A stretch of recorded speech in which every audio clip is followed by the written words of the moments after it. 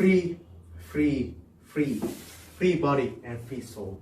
These were the words of Mrs. Waller, who was the wife of Mr. Waller, who died in a train accident. Josephine, her sister, told her the news gently, as Mrs. Waller suffered from heart troubles. Then Josephine told her the news in the presence of Mr. Richard, who was Mr. Waller's best friend.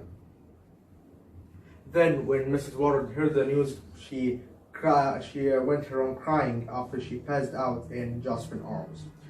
When she entered her room, she sat on a chair, a comfy chair, and looked at the window, which appeared in her eyes as a screen presenting a grave movie, and the protagonist thereof was a peddler who was crying his woes in the street with a note someone singing, in addition to the twittering of the swallows above the trees.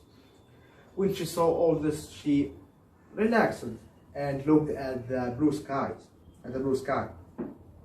But then she felt something is coming, something dangerous, something which is vague and elusive to explain.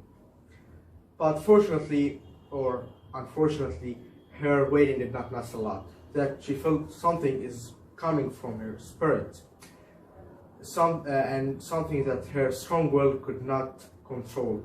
Then suddenly she began to shout, "Free, free, free, free body and free soul."